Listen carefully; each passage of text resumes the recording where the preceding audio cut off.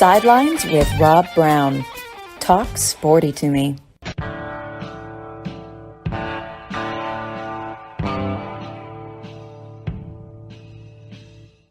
All right, welcome to Friday's college football basketball blitz here on Sidelines. Rob Browne here with you.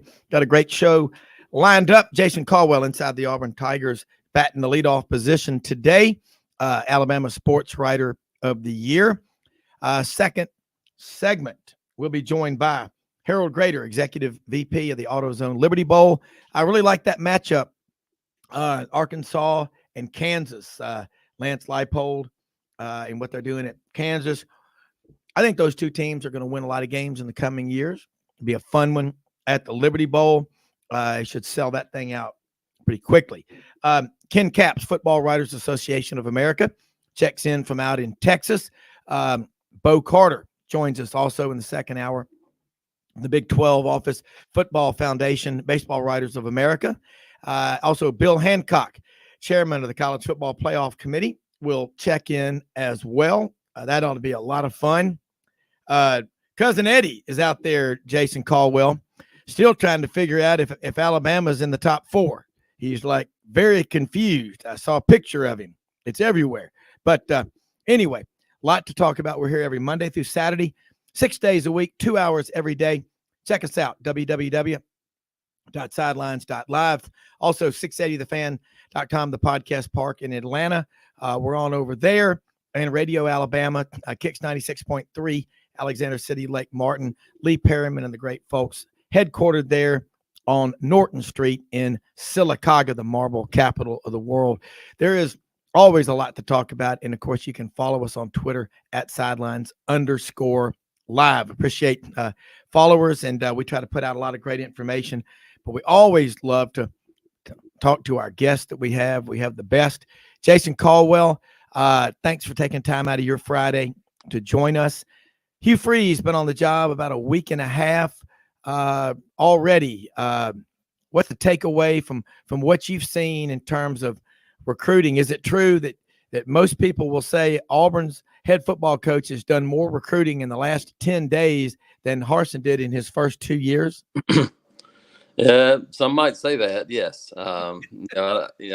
He's done a lot so far, obviously, and it's an extremely busy time when you start talking about everything that has to go on. The month of December now is the single busiest month in college football, and that may be for most teams that aren't even playing a game. It is extremely busy when you start talking about everything that goes on with the transfer portal, with recruiting to finish up for an early signing period, and now you throw in a coaching change where you're having to hire assistants, hire coordinators, all those things, and there's not much downtime. I actually ran into Hugh Freeze yesterday for a couple of minutes, and he's a pretty busy guy. He is obviously working on trying to get coordinators hired. Had a couple of phone calls yesterday, is what he told me. It wouldn't tell me who they were, but but that's why they had a visitor yesterday from a transfer visitor, and have more than 10 guys expected on campus this weekend. So you start talking about everything that goes into it. Yeah, it's been a pretty busy time, to say the least. So far of the staff, offense and defense, kind of break it down on offense first. The names that have been brought in, what you know about them. Yeah, right now it's really been a little bit smaller group, and heck, I'm still kind of wrapping my head around the names as well.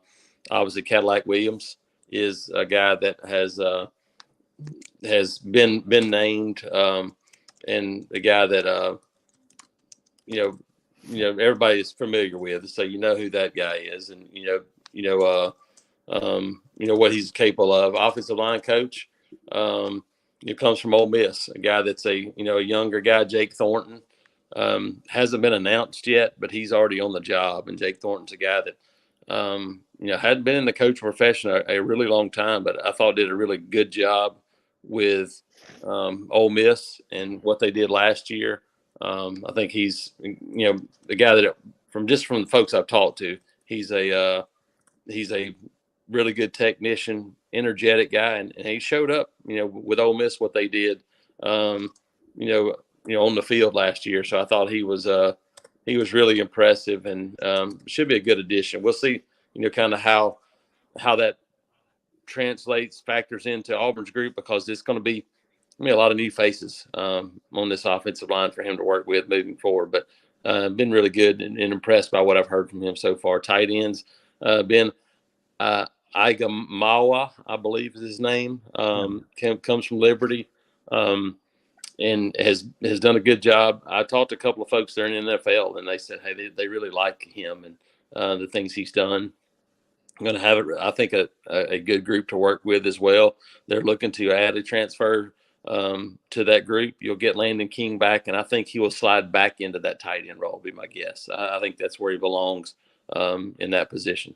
So Landon is, that was confusing. Here's a question that I don't mean to interrupt you, but I remember some of these guys that had entered the portal. There were people saying that don't be surprised if some of these guys don't decide to stay if the right coach is hired. Yeah, he's already said he's back out of the portal. He's coming back. Tavares Dawson has already said he's coming back as well. Xavier Capers, wide receiver, is still in the portal, I think, to just kind of test waters a little bit. But, some of this may be guys going, hey, I don't really have a spot, in some of these places. I know they're looking to add at least one transfer wide receiver. And I mentioned a visitor yesterday, Rara Thomas. Mississippi State wide receiver, was on campus Wednesday night and into Thursday. This is a guy originally from Eufaula, so about a little over an hour away. Guy I watched in high school, really physical, and had a really good coach to help him along the way in high school.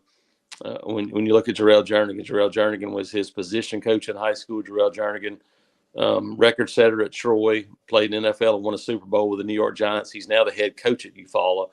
But Rara Thomas visited and should have a couple more visitors this weekend from the transfer side of things, in addition to high school guys.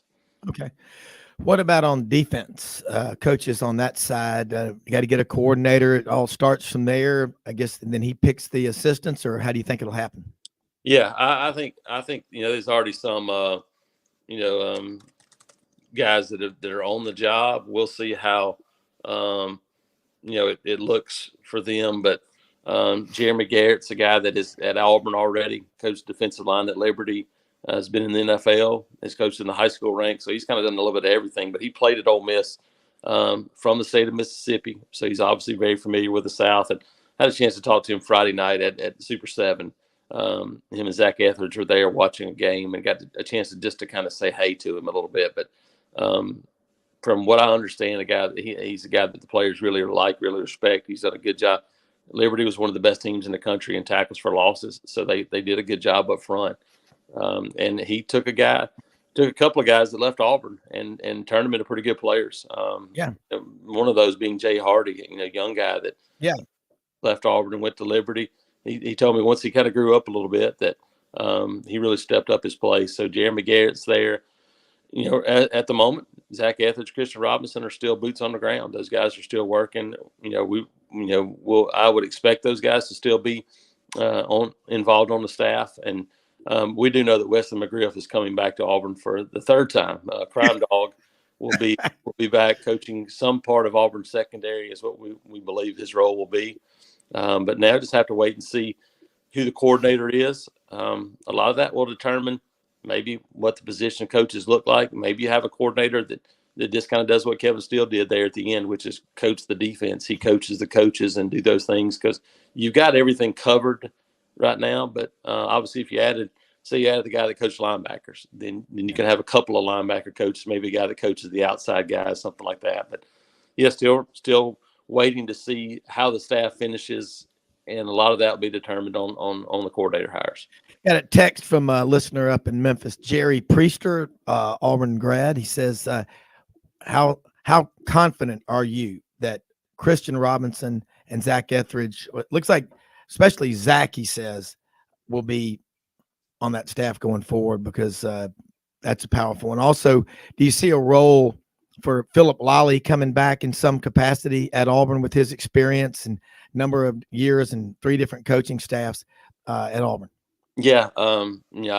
Honestly, I don't. I guess I feel confident in Zach and Christian staying. They're still here at the moment when other guys aren't. So, leads me to believe that there's going to be a role for them somewhere, somehow. I just don't know really how it is and what it is based on kind of what these hires are.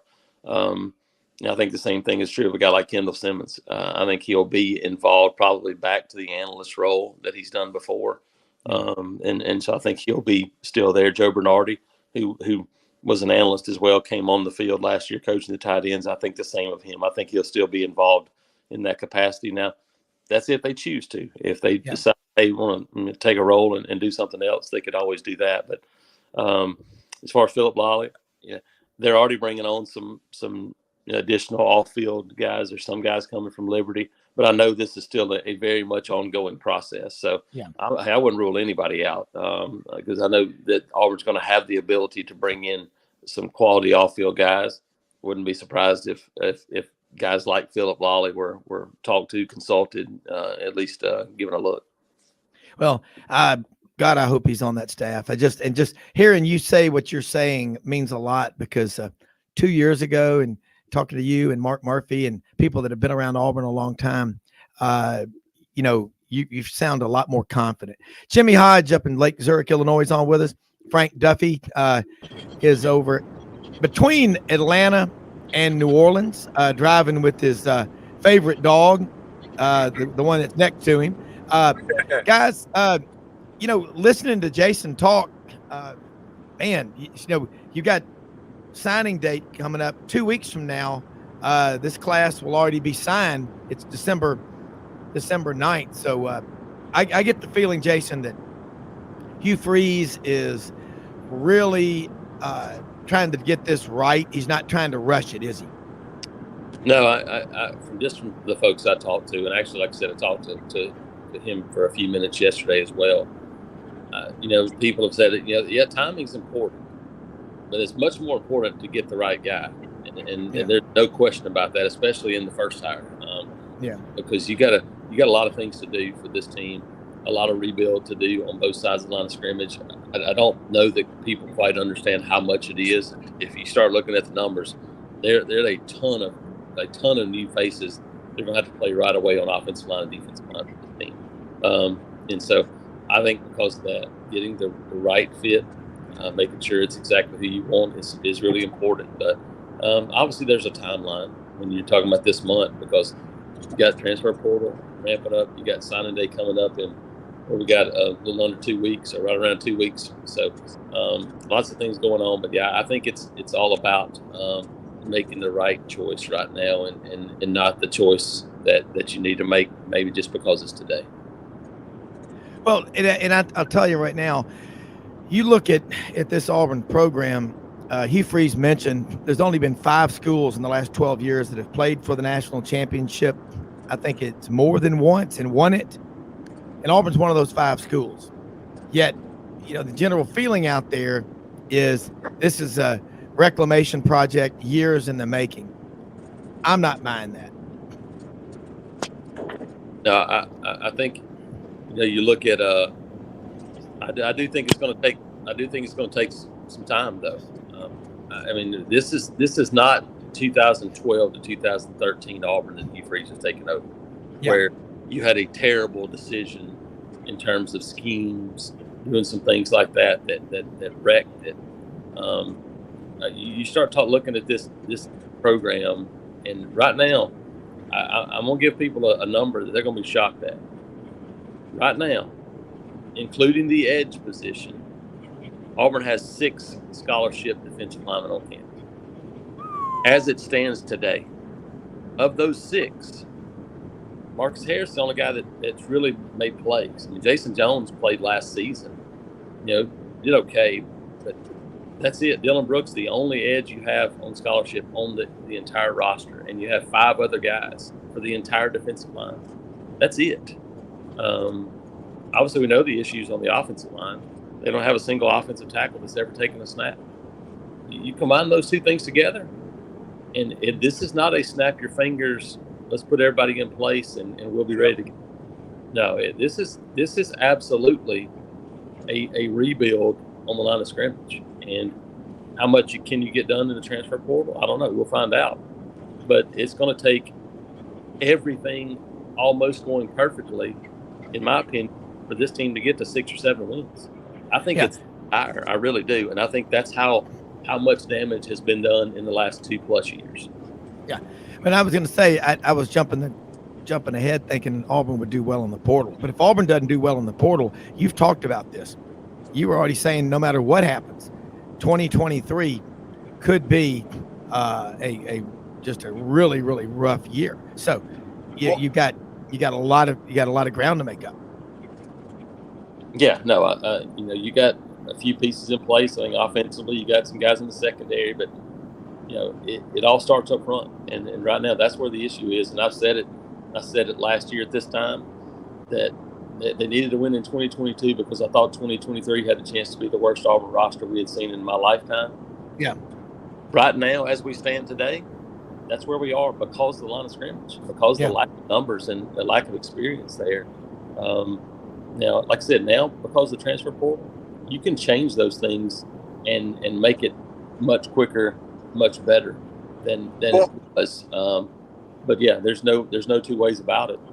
Auburn has to make a massive impact in the portal. Probably 15 to 18 total guys out of the portal would be my guess, and I would guess probably 8 to 10 of those alone on the line of scrimmage.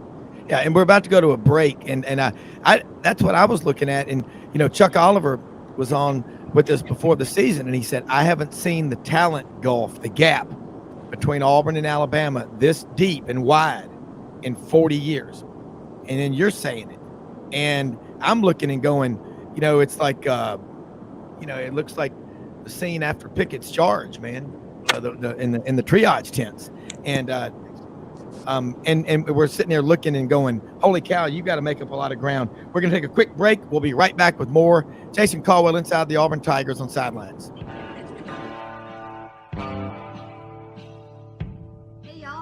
From Hewlett & Dunn, just coming to let you know about our new collection of boots. It's going to be our dress boots. They're the Horsepower collection, and they're genuine exotic leathers and really comfortable. Comes in all different sizes and patterns, so come check them out.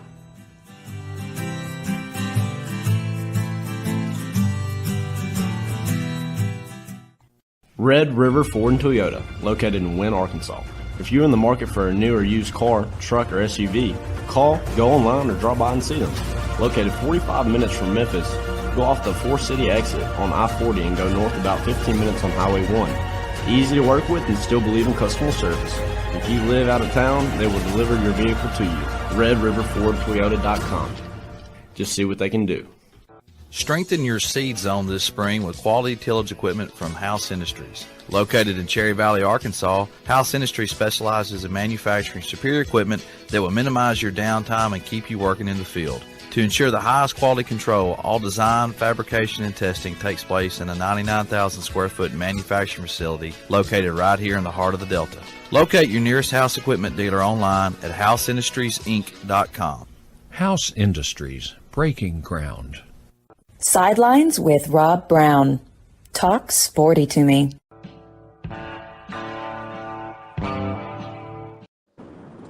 All right, Rob Browne back with Jason Caldwell, Jimmy Hodge, Frank Duffy. Keep in mind today, December 9th, trunk sale, trunk show, Hewlett & Dunn, Boot and Clothing Company on the historic square in Collierville, Tennessee. Tonight, after hours, it'll go until 8 p.m. or shortly thereafter. They got more duck heads than any place I've ever seen in my life. That is the Duckhead Trunk Show, Hewlett & Dunn. If you are out of town anywhere listening on this site, HewlettandDunn.com. Ask for the owner, Charles Hall or Raven Carpenter or Big Sam. He's the guy with the big belt buckle on when they say made in the USA, whenever possible, buy in the USA. That's Big Sam. He is, he ought to be on that show, Yellowstone. Jason, I'm not going to say you're painting a bleak picture. You are telling us the truth. That's why you're Alabama Sports Writer of the Year. You don't sugarcoat things. Auburn's got work to do. Frank Duffy, I know you had a question before the break, so jump on in here. Well, no, I was just going to say there is hope, guys. There is hope, and I will tell you, you just have to look west to the other Tigers, my Tigers in Baton Rouge, because they will show the blueprint on how to get this done. You know, we just had two of our freshman linemen, Will Campbell and Emory Jones, be selected to the All-American freshman team.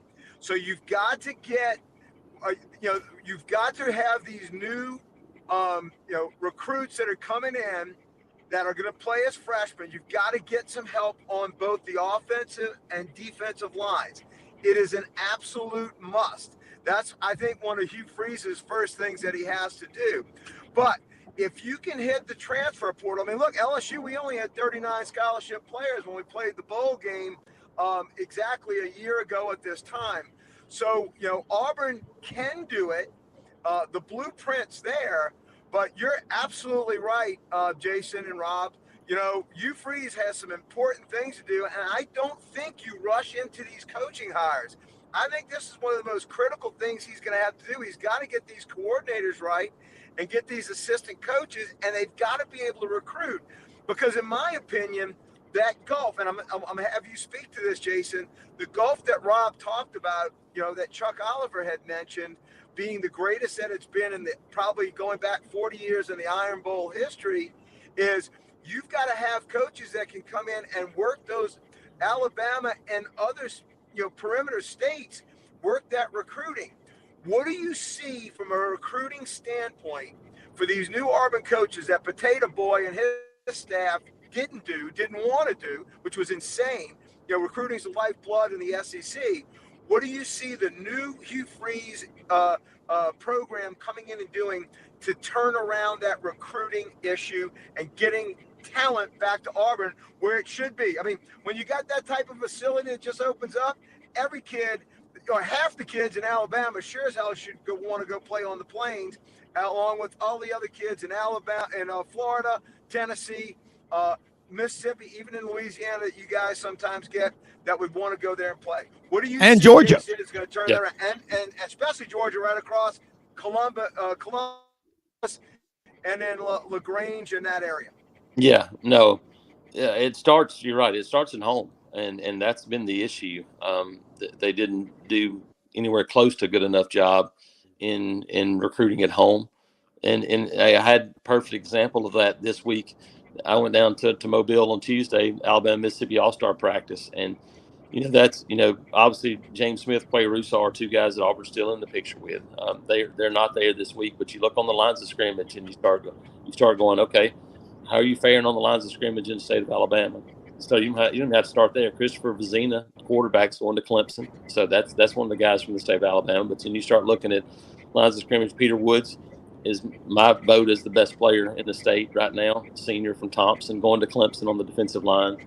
Look outside, Kelby Collins, pass rusher, defensive ends, going to Florida from Gardendale, right outside of Birmingham. Keldrick Falk from Highland Home, which is just below Montgomery, is going to Florida State. Out of there, Hunter Osborne from Hewitt Russell going to Alabama. Offensive line, you look on the other side, Auburn has Braden Joyner committed, but you look in Stanton Ramel as an offensive tackle from Thompson going to Michigan State. You got a couple other players from the state of Alabama going to Alabama.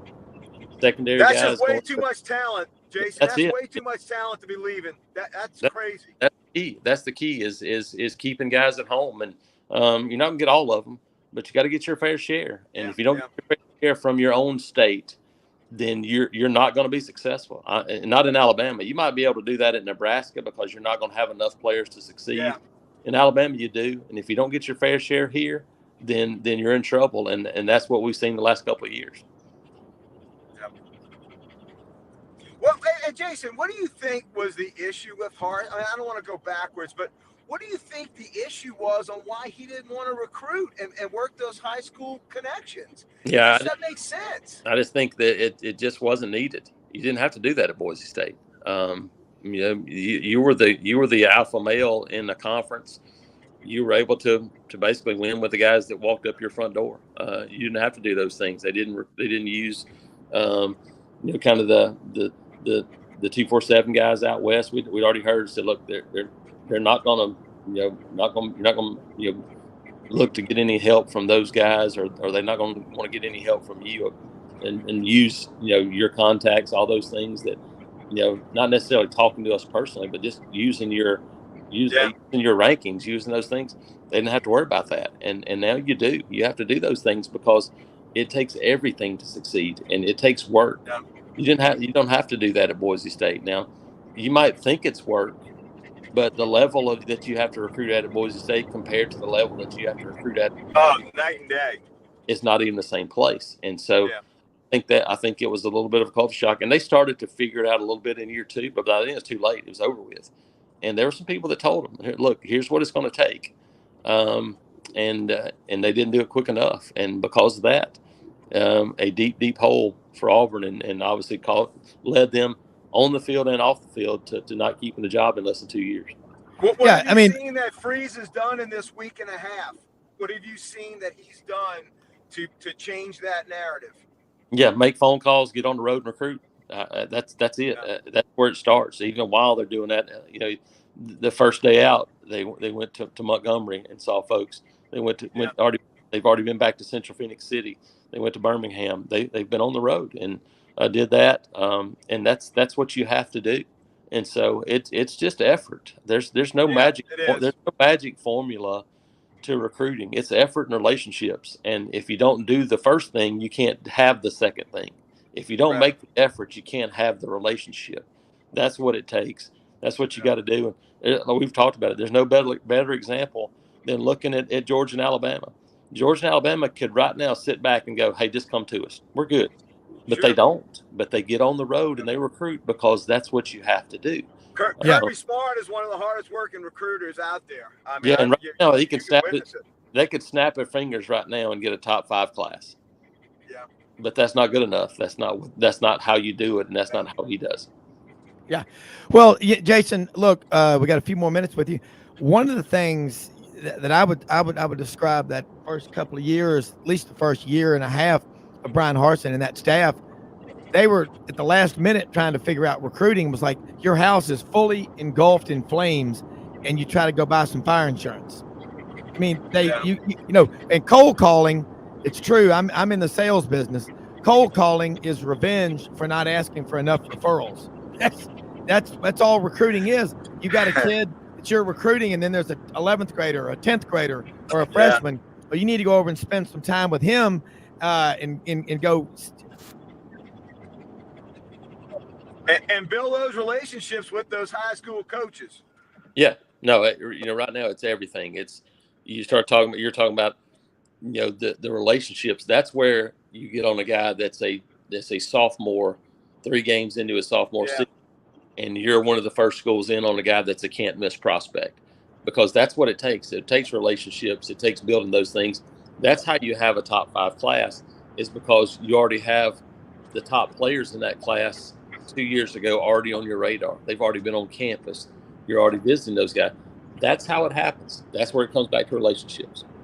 Yeah, I always noticed that Frank said that it's typically about the 12th time on the ask in business that you get the sale. And Frank's got a real estate company, Jason, up in Atlanta, Duffy Realty. 20 years. I think you sold 40,000 homes. How many, Frank?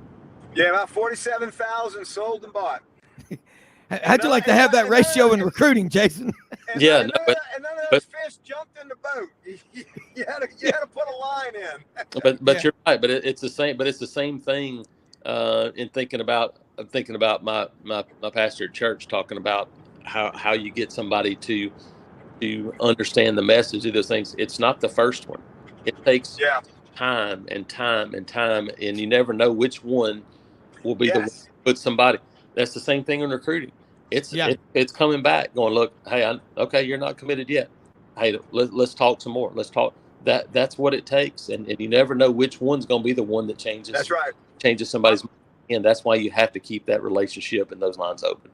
Well, it's like the guy that at your office that's, the maintenance guy maybe that's cleaning the bathrooms and doing all the dirty work, and you say hello to him and hold the door for him and ask him how he's doing. And that's the guy when he wins the lottery, if you're a financial advisor, he's going to probably work with, versus someone who's suddenly nice to him. But before that, he was not of your, not cool enough, whatever. But Jason, I think this has been a great segment as always with you, because you really opened up people's eyes to where Auburn is. Last question, and then tell people how they can follow you, and you can answer this one quickly. What do you think Auburn's going to end up with in the December signing period for the overall class? I guess you got to combine what they get out of high school and the portal. Yeah, I think they're going to get some help. I do. Obviously, I don't know that anybody ever says, hey, we got exactly what we needed. But I think they're going to get a good start. They've got some transfer visitors coming in this weekend. I think they'll have a chance to add some quality high school players to the class. And we'll see. Can you add a couple of big fish? If you add a couple of big fish, then it can change things in a hurry. And so I think they know where they stand. They know that they got pretty much cast a wide net, as we talked about. You can cast a wide net right now if you're Auburn and going, look, we got opportunity. So I think that's the biggest thing for them. We'll see what happens here in a couple of weeks. How do they follow you? Yeah, you can check us out at Auburn Undercover there. AUTigers.com will get you there as well. And you can also follow me on Twitter at ITATJason. Jason Caldwell, Alabama Sports Writer of the Year, proud son of Silicaga, one of the best people out there. Thanks so much. Have a great weekend. Look forward to this next week. Thanks, guys. You bet. All right, now, that's good stuff, man. I know if Jimmy has a virus on his end up there. I don't know if he has a temperature, but he's got a virus in his computer. But we great stuff with Jason Caldwell. Frank Duffy, Harold Graeter, Executive Vice President, VP of the AutoZone Liberty Bowl. And Harold Graeter, one of the favorite people out there, man. You talk about a guy who's always jacked up. I think it must have been one. He was Big Jack Eaton, who I loved. It was your mentor, I would say. I used to sit with the Berries at the Memphis basketball games right in front of you when you were running cable lines, and you talk about learning from the ground up. That is you. That's why you're so damn good at what you do. Also, Jarvis Greer, I think, another excited. What is it about WMC TV5? Everybody over there must have loved working there. But anyway, you have a great career now, Executive VP of the AutoZone Liberty Bowl. I love this matchup. Kansas and Arkansas. I'm over here in Wynne, Arkansas today, broadcasting from Red River Ford Toyota, one of our sponsors. And we had Houston Nutt on Wednesday. These folks over here are excited. Kansas is an up-and-coming program as well. You got a great matchup, Harold. Let's talk about the Liberty Bowl. Yeah, Rob, I appreciate it. First of all, good morning. Great to be on with you again. Just to go back to the old days at Action News 5, the common denominator there wasn't necessarily the station, but it was Jack Eaton. And both Jarvis and I came in under his wing, and he taught us how to do it. And he was not just a colleague and a mentor, almost a second father to both of us. So the legendary Jack Eaton, we both had the privilege of working with him and learning from him. Now, AutoZone Liberty Bowl. Yeah, we're excited about this matchup. And just yesterday, we had both Lance Leipold, the head coach of Kansas, Sam Pittman, the head coach of the Razorbacks, in town for a little lunch and press conference down on Beale Street. And, after the year that Arkansas had last year, right out of the blocks, a sensational year, ended it with a trip to the Outback Bowl last year. This year, you expected, we certainly expected Arkansas to continue that trend.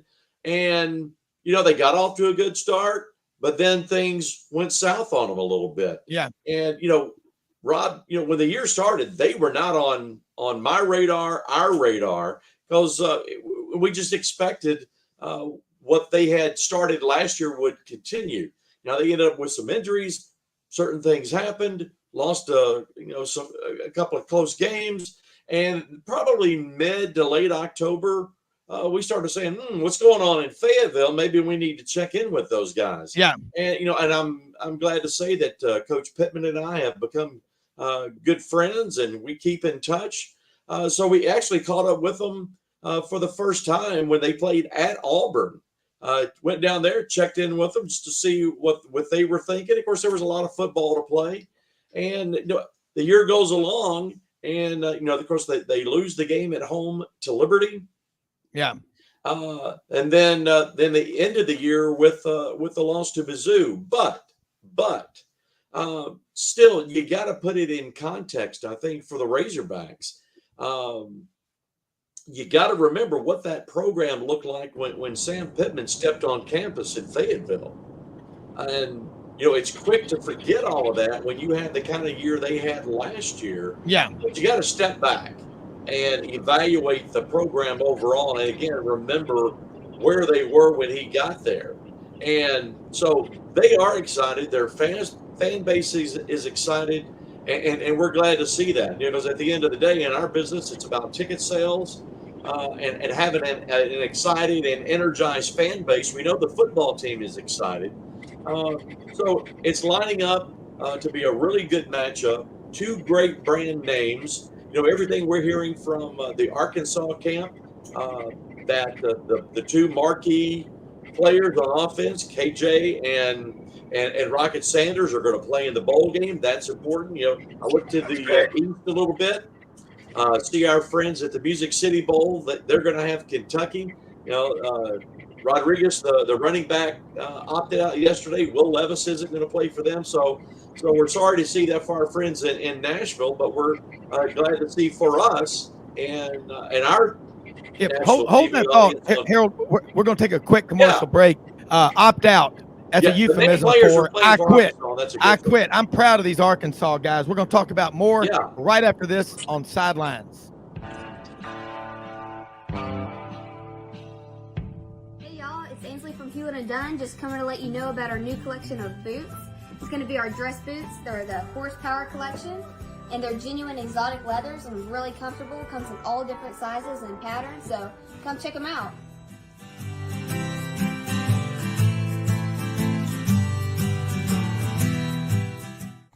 Red River Ford and Toyota, located in Wynne, Arkansas.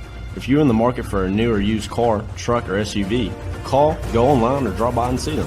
Located 45 minutes from Memphis, go off the 4-city exit on I-40 and go north about 15 minutes on Highway 1. Easy to work with and still believe in customer service. If you live out of town, they will deliver your vehicle to you. RedRiverFordToyota.com. Just see what they can do. Strengthen your seed zone this spring with quality tillage equipment from House Industries. Located in Cherry Valley, Arkansas, House Industries specializes in manufacturing superior equipment that will minimize your downtime and keep you working in the field. To ensure the highest quality control, all design, fabrication, and testing takes place in a 99,000 square foot manufacturing facility located right here in the heart of the Delta. Locate your nearest House equipment dealer online at houseindustriesinc.com. House Industries, breaking ground. Sidelines with Rob Browne. Talk sporty to me.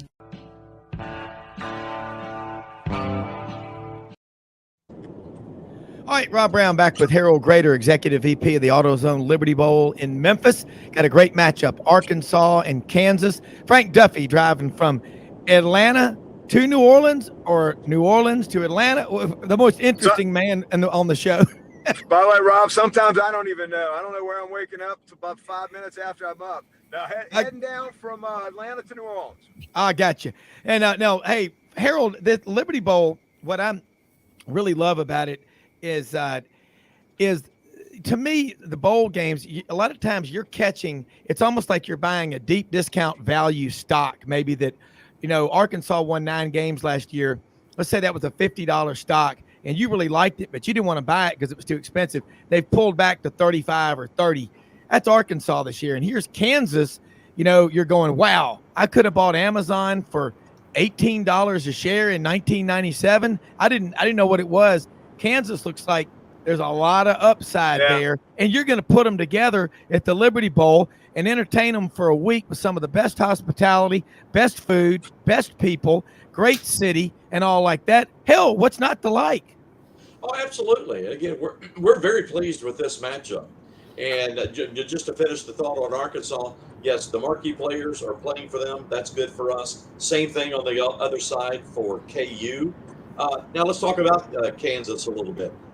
You're spot on with your analysis there, Rob. They hit the reset button a year ago. New athletics director, new head coach, and these guys haven't been to a bowl game in nearly 15 years. So they have had a dry spell of all dry spells when it comes to postseason college football. And, Lance Leipold may mention of it yesterday. The first time he and I met was at the Big 12 Media Days. And, when a school like Kansas hits the reset button and they haven't been to a bowl, that's fertile territory for us to, at least at a minimum, have a conversation and target that team. And I told the coach back at Media Days, and I told their AD a year ago when I saw them at the Texas KU game a year ago, if you guys ever get to 6, we want to have a conversation with you. So they got there, and let's look at this season. Kansas, one of the great stories in college football this year, jumped out to a 5-0 start, nationally ranked. ESPN Game Day goes to Lawrence. Then they get into a rough patch, but they beat a really good Oklahoma State team, a 7-win Oklahoma State team, to get bowl eligible. So you put it all together, a team that's reemerged on the national scene, have a quality coach, and also a really good guy, really good person as their head coach, Lance Leipold. He says, I'm a D3 coach getting to do this at the highest level and get paid a lot of money. So it all lines up with a fan base that's excited, they're energized, and they know as they build this football program, everybody knows about KU basketball. They know that they travel. They know that they're one of the elite basketball schools in the country.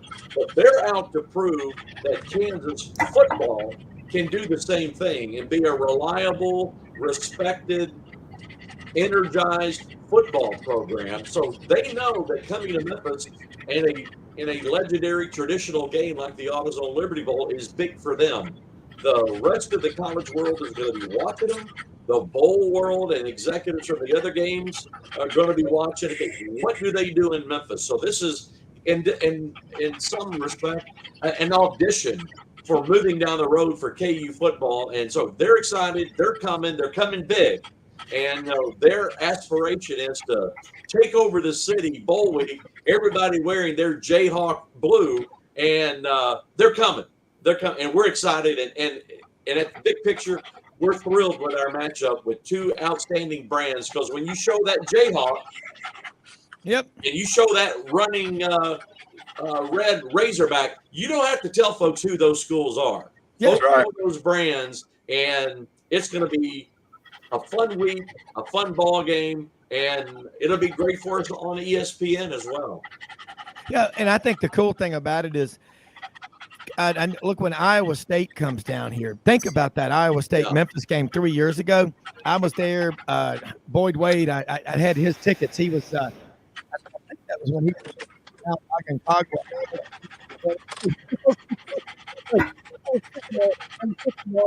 Great seat. About 8 rows off the Memphis, Iowa State. 60-something thousand, and it was really cold. God, and man, Iowa State, what they bring 35,000 people? I mean, I don't know, but Memphis. It looked like it. It was, but these fan bases in a place like Kansas that are 15 years. If you're a bowl executive, bowl director, I mean, that is Merry Christmas, man. It's the Lunar New Year, man. People are banging on pots and pans and howling at dead relatives. I mean, this is as good as it gets in a bowl matchup, because look, we all. You know what I can't stand to see is these people that live in the back house or their parents' basement that complain, like Alabama fans complaining, this season's a disaster. Well, go tell that to Will Anderson. Go tell that to Nick Saban. Go tell that to the strength and conditioning coach. Bowl games matter. And there are, you look at what this is, think about that 1984 or 1983 Notre Dame Boston College game. Remember that? Everybody was talking the world's largest outdoor bingo game. Two big Catholic Fish and fry. But you think about what that launched. The next year, Doug Flutie wins the Heisman. I don't know. I've been to 37 Liberty Bowls. I love it. I love bowl. I love the Liberty Bowl. Yeah. Jimmy, jump in here. Jimmy's with us right now. I think Jimmy joined us with Harold Graeter, Executive VP of the AutoZone Liberty Bowl in Memphis. Well, Harold, what I wanted to say was that most people don't realize this is not a 6-win Kansas team. Until they lost Daniels, they were undefeated. And on that game day, when they played TCU. That game went to the final minute. Absolutely. And Daniels got injured in the second quarter. And I know Bean's a good backup quarterback, but I'm going to tell you, if Daniels plays 4 quarters, they win that game. Yeah. Because they could not stop them. And then he finally came back a couple of weeks later, but they happened to run into just a red hot K-State team. Right. And Daniels, when you can't miss 5 or 6 weeks and then all of a sudden just come back like you are. But what I'm saying is that local fans in Memphis, you've got a great opportunity to see a tremendous game, because this could very well have been a 10-win Kansas team minimum had Daniels not gotten injured. And Lance Leipold, what this guy has done is just amazing. Absolutely. So I tell you what, you've got every selling point in the world to get fans to be able to come out and fill the Liberty Bowl. Well, Jimmy, I appreciate that. And I agree with what you just said. And if Daniels doesn't get hurt, they may have very well beaten TCU. And then you look at what that resulted in. If Kansas beats them and continues on, we don't have them. If they beat TCU, they're not in the playoff. So that's football, and that's what makes the game so great. But again, he's going to play in the ball game, and as you said, so we got 2 star quarterbacks that are a lot of fun, and so we're looking forward to that. You're exactly right. Fans need to come out, watch this football game. It's going to be entertaining. We're going to have Starship performing at halftime, but on the football side, again, we couldn't be happier. And just one thing to Rob and you guys, kind of going back to Kansas. And a comment that Lance Leipold made to me yesterday. He said, "You know what, Harold?" He said, "You were the only bowl executive that came over to me at media days in Dallas back in July and said hello and introduced yourself." He said, "I didn't forget it." And that day we exchanged cell numbers and we have kept in touch. And again, I would say we have become friends, and that's part of that's the part of the fun part of what we do. It's not all business. There are relationships there, and we look at it that way. The way we approach doing our job is it is a relationship business. And if it wasn't for the relationships that we have with KU and Arkansas, we may have a different matchup, but it worked out for us. We worked on it. And again, we're excited and we think we've got one of the more entertaining matchups outside of the New Year's Six. Harold, I want to tell you something. You remember Jimmy a couple of years ago at Media Days at the Winfrey in Hoover, and I introduced you to Harold, and Jimmy and I were talking about it. And of course, Harold, I've known you. We went to high school. You were a year ahead of me. Of course, when you're a junior and someone's a senior back then, it's like you live in another country. Any seniors? But anyway, the cool thing was, and I'm gonna give you this compliment. I mean, but you go up to. I watched you. To every single coach, even if they don't even have the slightest prospects, you're a relationship builder. You'd be killer in the bond business, man. But anyway, you would go up to every coach, talk to them, visit with them. It's like watching Tony Barnhart at Media Days, Mr. College Football. Goes up to every single coach and just he just says something to them, lets them know they matter. And I've watched you do that. And I've been in that hospitality room, John David Badur and all the people that love college football. Again, it's not about, this isn't a college football playoff. It is college football. But if you have this positive experience in a bowl game now, and these kids on this team, I watched the reaction of those Kansas guys. They're like going, hell yeah. I mean, they get the swag bag. They get all the stuff that comes with it. And all the luncheons, and they eat a lot of great food, and they get to practice. I don't know where they're going to be practicing. They're going to be using University of Memphis facility, or a lot of times they go out to CBHS, our alma mater. Absolutely. I was going to mention that. Shameless plug here. Kansas will be at CBHS. We thank head coach Thomas McDaniel and the administration over CBHS. They still let me on campus every now and then. Yeah. So KU is going to be over there. Arkansas is going to be over at Rose College. So we thank them, Jim Duncan, the athletics director, and the administration at and Rhodes College. So 2 great facilities, and that's a part of the quote-unquote bowl experience for our team. So they have outstanding facilities to practice at. So we thank them for that. And again, it's here. We're looking forward to it, and can't say enough about the matchup and the 2 coaches we have to work with and 2 very excited fan bases. Harold, we're going to do something real quick. I was going to say, Harold, not only is it a celebration of these 2 teams in college football that you guys do so great, but it's also a celebration of America. And that's what I love about it. I always tune into the Liberty Bowl because you guys do a wonderful job celebrating our incredible country, and I applaud you for that. In a world that's crazy and gone the other way, you guys have stayed with that as a major theme of your bowl game, and I love it, and I want to applaud y'all for that. Well, I appreciate that. And we do take that role seriously for us. It's not just a name. We try to live it. We try to exemplify that each and every year. And just to mention a couple of things that we're going to do this year in that regard. We have a long relationship with the U.S. Navy. Their national recruiting office is in Memphis at the base in Millington, Tennessee. We're going to have an on-field induction ceremony, as we traditionally do. That'll be a part of our patriotic pregame show. We've also have a continuation of a new relationship we started last year with Gold Star Families and the Woody Williams Foundation. So we're going to have Gold Star families attending the game in partnership with Simmons Bank. They're working with us to provide game tickets for those families. And if you don't know, Gold Star families are those who have had loved ones die and be killed in the line of duty in action, serving our country. So they have paid the ultimate sacrifice. And as part of being the Liberty Bowl, now the AutoZone Liberty Bowl, we're going to recognize and thank those families for their sacrifice. And just to take a day of college football, to use that as the stage, as the platform to say thank you to current members serving in the military, these young people being inducted into the military, and these families who have lost loved ones in the service of our country. Just a small way to say thanks. And for us, that's what the AutoZone Liberty Bowl stands for. And we're glad to be able to do that on game day coming up. It's not small. It's pivotal and so important today more than ever. We can't forget that, and we need to remember that each and every day. And I appreciate you mentioning that, and I appreciate your comments.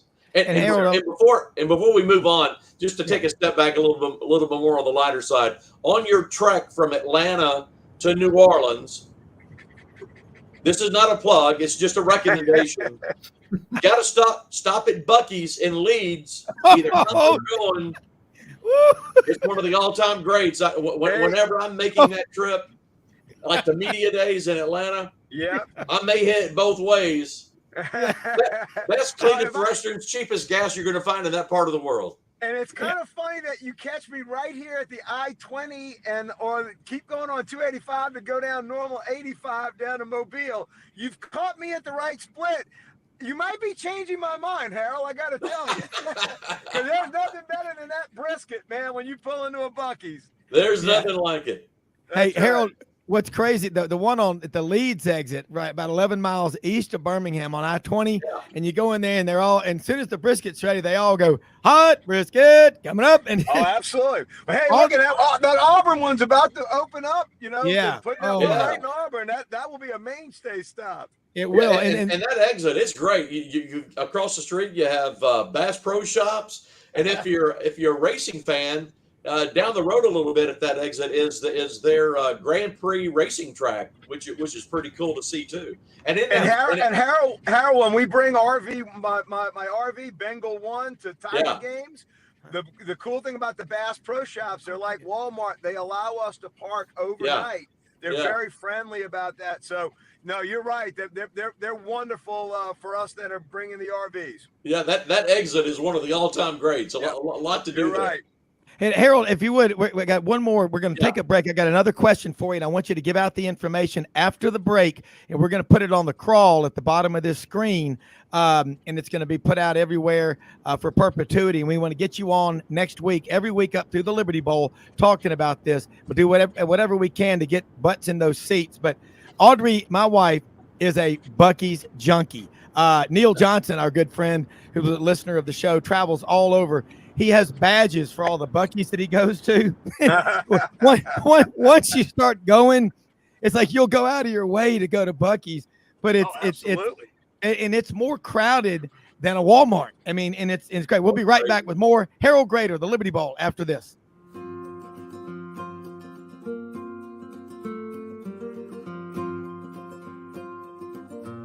Hey everyone, my name is David Wisdom. And I'm Shelby McNeil, and we're attorneys with Haggard, Cleveland, Pierce, Thompson & Short, your local Auburn law firm. Established in 1959, right in the heart of Auburn, Haggard, Cleveland, Pierce, Thompson & Short has grown in response to our clients' legal needs. We're a full-service law firm focusing on the legal issues our clients face. We take pride in providing our clients with exceptional legal services, ongoing communication, and skilled representation. If you have any questions about our services, please give us a call or visit our website today.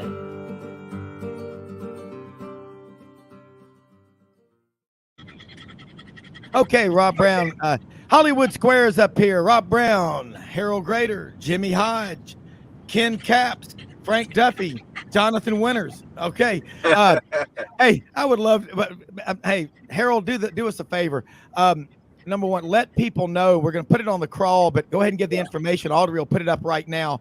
The phone number and the website to call to get Liberty Bowl tickets. We've got Ken Capps on with us right now, Football Writers Association of America. Ken, we've got Harold Graeter, Executive VP of the AutoZone Liberty Bowl. We're football junkies, man. This is what we love. I don't care who's playing. If they're keeping score, I'm a fan. But Harold, give out that information, and then we'll let you go.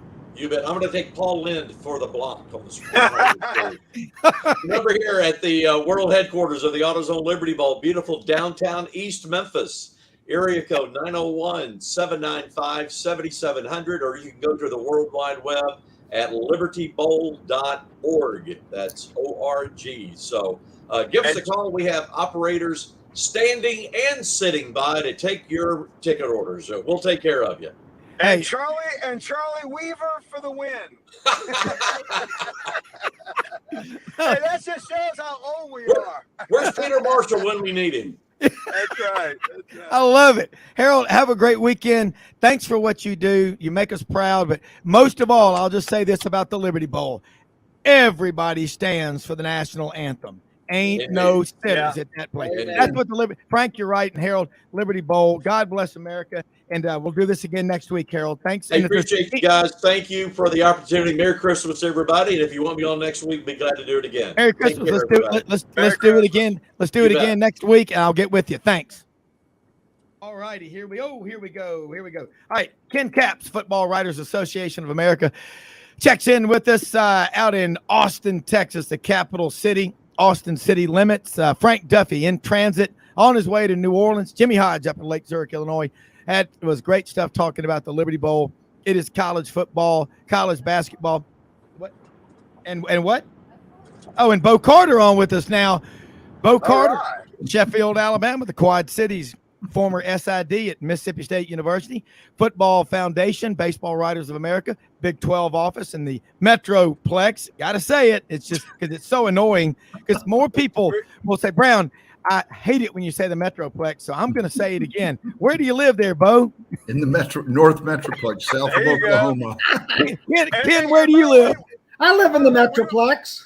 Hey, we were talking about Buc-ee's brisket. These two guys know something about brisket out there at the Metroplex. Man. No. I know. Listen, we live in the heart and soul of Buc-ee's, okay? This is where the Lone Star State is where Buc-ee's was founded, born and bred. Yep. And between Dallas and Austin, there is a Buc-ee's. And when we're driving back and forth between Dallas and Austin to go to UT games or to go to Waco for Baylor games or anything else, that Buc-ee's is in Temple, Texas. And going down and coming back, we always have to stop in Buc-ee's for exactly what your buddy there in Memphis was talking about, to get the cheapest gas and to get a brisket sandwich and go to the cleanest bathrooms. Oh, absolutely. There's nothing like it. There's nothing worse than going to an old dirty gas station with a filthy bathroom, especially if you got to change a kid's diaper. God help you. But I digress. But anyway, I'll say this too. When you get out there, the first Buc-ee's outside of Texas was Robertsdale, Alabama, Baldwin County, on the way to Gulf Shores. And you know what Robertsdale is famous for as well? Guess who is from Robertsdale, Alabama? Went to Auburn. He's the CEO of Apple, Tim Cook. Robertsdale, Alabama. Or as my friends at Auburn used to call that part of Alabama, L.A. Lower Alabama. That's what Don Sutton used to call it. By the way, Ken, I went in the RV with my buddies at 680 The Fan, where we have our show here on their podcast park, and I brought Dan Matthews, who's one of the regulars that Rob and Jimmy have on the show, and him and one of the other guys at the station. We went all night one night in the RV after their show at 7 o'clock to go to Arlington to watch the Braves when they were in the bubble against the Dodgers in the NLCS. And I drove all night, and our breakfast was brisket biscuits at that Buc-ee's right outside of Arlington at daybreak. I can remember it like it was yesterday. Those biscuits were so damn good. Woo, they were good. That's living the life. That's living the life. That's right, brother. Hey, you know, the only thing better than college football is the eating that goes with it and being around all your friends. And Elvis loved college football. And George Klein, the Jeeker, his best friend from childhood at Humes High School, used to always say, you know, Elvis always dreamed of playing college football. He dreamed. And you know, any of y'all know who his school he wanted to play college football was? Got no idea. Anyone? Class? Anyone? Auburn. Bueller? Ole Miss. He wanted to be an Ole Miss. Oh, yeah, because Johnny Vault. Yeah, where did Johnny Vault play his college football, gentlemen? TCU. Fighting Frogs. TCU. Damn right. Well, Francis Schmidt was his coach. Yeah. Let's talk about this, Bo and Ken. Start with y'all. That TCU game against Kansas State last week was awesome. I mean, it was great. That was Max Duggan is from a little town in Iowa. What a tough stud, just a true grit football player.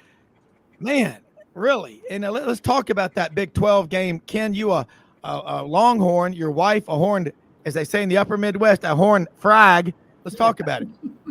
Well, I don't know what was more impressive, guys. His performance on the field or his performance post-game. Because 20 minutes after that game was over, he came and spoke to the press, and he was so exhausted that he could barely walk into that media room. And through his entire interview, he was sobbing. He was sobbing. And I gave him so much credit for his courage and for his professionalism to come and speak to the media. There was more media in the losers' locker room than there was in the K-State locker room.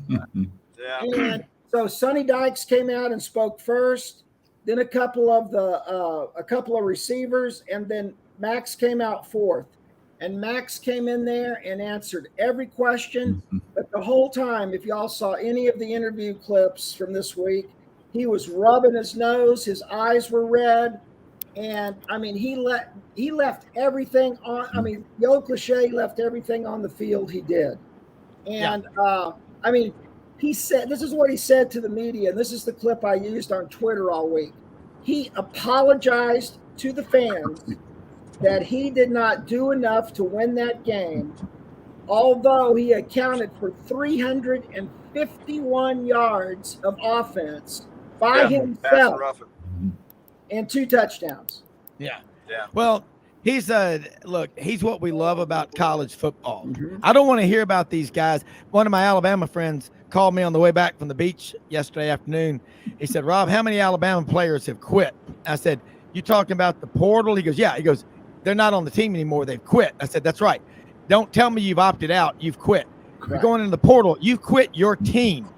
Max Duggan, love the guy. Stetson Bennett, love the guy. The guys that hang in there and fight. And years from now, when you get together for your 10, 20, 30, 40-year reunions, I'm going to tell you something. You're going to remember those guys that always stayed through the toughest of times. Those will be the closest friends you'll ever have in your life. You'll always forget the people that quit on you. You notice I said you'll forget them. They're gym rats on turf. That's what those college football kids are. Look, my dad graduated from Christian Brothers High School in Memphis, class of 47. They have their reunions every year in the phone booth, man. There ain't many of them left, but those guys are tight. Hey, Bo Carter, let's talk. You look like Socrates over there with your hands folded. I'm going to imitate you. We got Jonathan Winters over there in the right corner, King Cavs. But Bo, I'm going to tell you something. I am so glad I met Ken at Media Days, and then you're my great friends, Jack and John Turner's cousin. Those are 2 of the best people I've ever met in my life. Both Alabama guys, but still great people. And I got to say that. But I love them. And Mary and Elizabeth, the whole family's incredible. But I'm going to tell you something. Your daughter's going to be mad at you. You keep. I know. We're on baby watch. The baby's due today in Atlanta, so we've got our deployment bag ready to go to Atlanta on a moment's notice. But Bo, let's talk about that. What this means to the Big 12 to have had, in my opinion, the best championship game of all the championship games in college football this year. That's kind of like having Billy Graham come do your wedding. That's a revival, man. I love it. Yeah, Robbie, really was. The thing that really impressed me was that the college football playoff did not penalize TCU and knock them out of the top 4 because they lost about 3 points to a number 10 ranked team in the country. And Sonny Dykes, the coach, Ken can echo this too, one of the classiest people. His dad was the first Big 12 coach of the year in 1996. And then Sonny got Big 12 and national coach of the year this year, Spike Dykes, who's one of the funniest storytellers of all time. But it's Texas Tech, exactly. They got 8 bowl teams. They really the new commissioner Brett Yormark's going out and like tearing the place apart. I think going into every TV studio and every Amazon office and preaching the gospel of the Big 12. So he's really he's a go-getter, and they're it's going to be interesting to see how they do in the bowl games. I think they'll fare fairly well. Do you know Bob Bowlesby? Yes, known him for a long time. Ken, Bo, I'd love to bring him on the round table and get him on here because Jimmy has referenced it so many times. The way he recovered, it was like getting sucker punched in a bar at 3 a.m. and you got up off the ground and kicked the guy's arse, out into the street. What happened with Texas and Oklahoma leaving, and then he goes and gets BYU. Dr. Pepper sales went through the roof. He gets Cincinnati, University of Central Florida, and he gets Houston, that gigantic, or as my kids say, it's a new word, folks, ginormous TV market out there. That's amazing. Number 4. And I'm telling you, I'm an Auburn grad and I'm an SEC guy, but I love college football, and I'm smart enough to know this. My wife says I'm not, but I think I am. You want college football to be good everywhere. You want your school to be the best. It doesn't always happen, but you better be trying to be. But what they're doing out there in the Big 12 in the middle of America, this is pheasant hunting country, man. These are great people. Yeah. Call it flyover country, whatever. I love it. And Max Duggan I think he's the toughest football player to come out of TCU maybe since who? Doak Walker? He's from SMU. Maybe I did it again. Sorry. Okay. My dad remembers him. So, but this is big, guys. Ken, Bo. Sammy Baugh. Bob Lilly. Yes. Bob Lilly. That's right, Bob Lilly. Slinging Sammy Baugh. This is Steve such Boulash. a big deal. Yeah. So, Well, guys, how Yarmack came into the press box at AT&T Stadium before the game and kind of did a little media gaggle, and somebody asked him that question. So what's it like your first year on the job, and you've got a team that is probably going to be in the CFP Final Four, and it's not Texas or Oklahoma. And I give him credit. I could tell there was going to be a little smile come across his face, and he could have really socked it to Texas and Oklahoma, but he didn't. And he gave all the credit to TCU. And, TCU is going to be one of the leaders in the new Big 12 conference. And but I bet there's a little bit of Texas and OU are not in it. Yeah, let's go to Jonathan Winters right above me, Jimmy Hodge. Jimmy, jump in here with the round table on Friday. I love this. Hey, one thing I wanted to say, the Buc-ee's conversation is so timely because as we speak on the website, and it's one of the biggest now in the country, citizenfreepress.com, there is a story on Buc-ee's. And it talks about the fact, I guess it's the Bastrop Texas store, but it's typical for all their stores. They have 71 toilets in that store, 56,000 square feet. And they have a team whose only job is to make sure they are clean 24 hours a day. I mean, that tells you all you need to know, about how buttoned up those guys are. If I've always said it, if we could run our country like a Buc-ee's, like a Chick-fil-A, we'd conquer the world. Hey, as clean as those bathrooms are at Buc-ee's, not only can you change a kid's diaper, you may be able to deliver a baby in there. Yeah, and eat 4 pounds of beef. Yeah. It's like an endless cycle. That's right. Yeah. All right.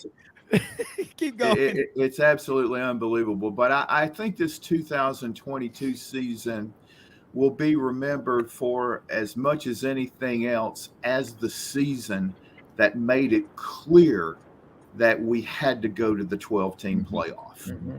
Because with this transfer portal, with players leaving early, Nick Saban's always said, even under normal circumstances, until NIL came into place and the portal really got a full speed ahead, that you had to replace 25% of your roster every year anyway. Well, now in a lot of cases, it might be double that, and you just don't have any idea. So as a result, you don't have a dominant team anymore. I know Georgia, has been number one all year long, but even the Dogs have had their struggles. I mean, they were behind for 57 minutes pretty much at Missouri. And then Florida, that 28-3 deficit at halftime was quickly cut to 28-20. Things got really interesting. Just the point is that even the elite teams have periods in which they're going to struggle. And in this day and age, there are enough teams now that are good enough that if you're not on your A game and your opponent is, they can beat you. So I think it's great that we finally get to the point with the 12-team playoff. I think it's going to solve 90% of the whining because it's going to allow every Power 5 conference champion to get in. I don't know what they're going to do with the group of 5. I think they're going to follow through with the original idea of having the highest ranked group of 5 champion get in. And then after that, it's the 6 best teams. And again, everybody, the Big Ten especially, the Pac-12, they've been screaming about it. Hold those thoughts. Hold those thoughts. We're going to take a quick commercial break. We're going to be right back with more talk because this is a great topic, the college football playoff, right after this Friday Sidelines Roundtable.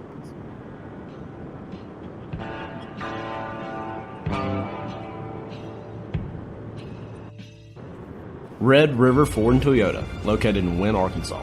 If you're in the market for a new or used car, truck, or SUV, call, go online, or drop by and see them. Located 45 minutes from Memphis, go off the 4-city exit on I-40 and go north about 15 minutes on Highway 1. Easy to work with and still believe in customer service. If you live out of town, they will deliver your vehicle to you. RedRiverFordToyota.com. Just see what they can do. Strengthen your seed zone this spring with quality tillage equipment from House Industries. Located in Cherry Valley, Arkansas, House Industries specializes in manufacturing superior equipment that will minimize your downtime and keep you working in the field. To ensure the highest quality control, all design, fabrication, and testing takes place in a 99,000 square foot manufacturing facility located right here in the heart of the Delta. Locate your nearest House equipment dealer online at houseindustriesinc.com. House Industries, breaking ground. Sidelines with Rob Browne. Talk sporty to me.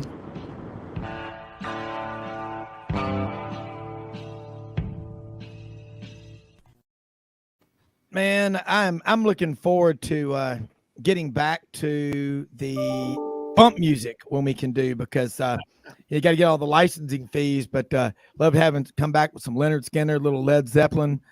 Gordon always likes Edgar Winter, Pink Floyd, the Stones, the Who, Hank Williams Sr. I'm so lonesome I couldn't cry. Hear that lonesome whippoorwill. God, my dog's outside. Oh, anyway, Ken Capps, Jimmy Hodge, Bo Carter, the missing man, Frank Duffy. He should be with us momentarily. Hopefully he'll be back. He may have stopped at Buc-ee's for all we know. But no, this stuff, man, college football, guys, it's so much fun. And it's a year-round deal. I mean, we've got it. I learned to do this years ago, a lot of couch time with Bob Newhart, my therapist. And you go to about mid-January when the playoff's over. And then about the second week of February, first week of February, you've got National Signing Day, what's left over from December. Then about 12, 14 days later, you start spring practice. And then that goes all the way to late April. And then you got a little bit of a, in-between time there. Around Memorial Day, when you're at the beach or up on the Spring River or, Lake Travis or wherever you are, you're slalom skiing, barefoot skiing like Ken Capps and Bo Carter do, you start getting the football magazines, and that just going to be okay. It's going to be okay. And I want to give a thumbs up to Bo Carter and Ken Capps as writers. I don't think you maybe understand how much we as fans appreciate reading about this stuff. You can't tell enough of these stories and reference enough great moments and all, but it is such a big deal.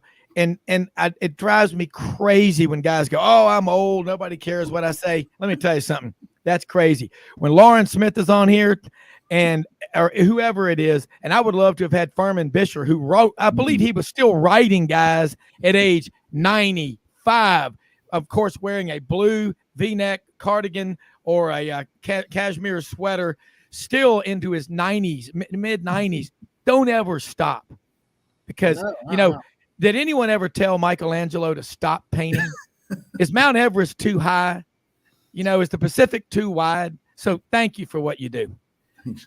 Well, the other thing I was thinking about this morning, I was just checking the headlines, and another story that's really, really going on big in Texas right now, and especially big to all you SEC guys, is, last one out the door in College Station, turn out the lights. 22 Aggies in the transfer portal right now.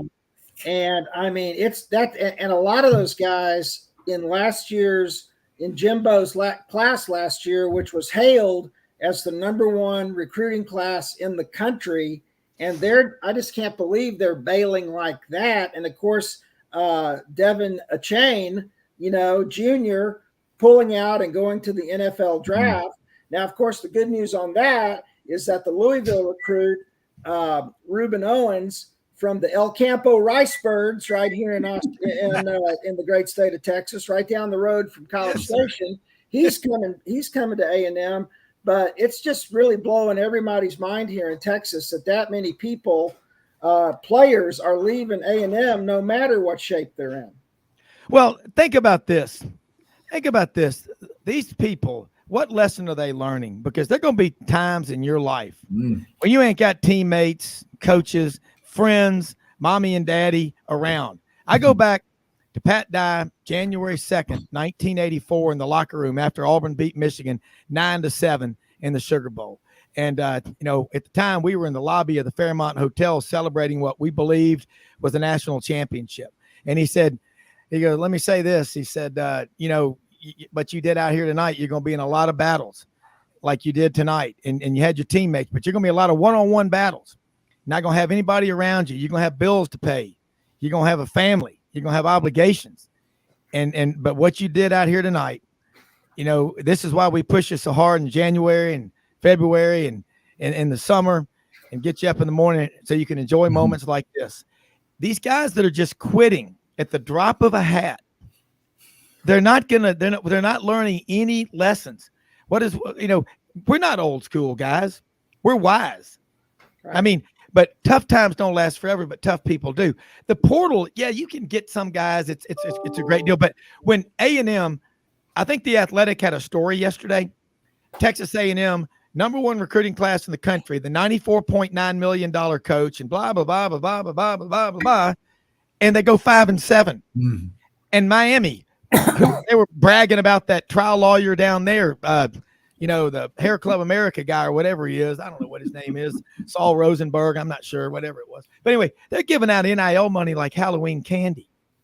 Try doing that with your own kids. I got 4 of them. You know what? The proudest thing I am is I actually got a compliment from my kids on Father's Day. My son said, hey, you're always such a hard, blah, blah, blah, and tough. Oh, he goes, thank you. I went, whoa, holy cow. Meteors falling out of the sky. 23-year-old gives you a compliment, Mm-hmm. But the portal, again, you can get some guys. Auburn's going to have to. I don't know how they're going to be competitive next year if they don't get some help in the portal. But that A&M story resonates because they bragged about it. You had 7 5-stars. But if you get guys that are there for the wrong reasons, they're not committed, they'll quit and they'll transfer somewhere else. They'll just keep transferring. It's going to be kind of like musical chairs. Eventually, you're going to be caught without a chair, guys. Right, Ken? Right. No, you're right. And, all 3 of those guys that did whatever they did in the locker room, remember that story? It's been a while now, but, they did something really terrible in the locker room and Jimbo suspended them. They were all in the 22-22 recruiting class, and now all 3 of them are in the portal. Yeah. So, I mean, yeah, if it's just going to be an escape, to go find a better place. But the flip side is, I don't know if I'd want that kid coming to my program. I wouldn't. If he's a problem there, I don't want another problem in my program. Hey, I've got the place for them, Ken, Colorado. Oh, Lord have mercy, Jimmy. Oh, Lord. Woo! Woo! Yeah. Deion already told all of his players they might as well jump in the portal now before he's seen them.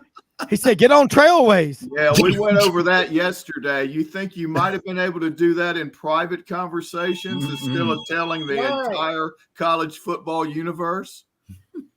Well, we know Deion pretty good here in Dallas. So both the good and the bad.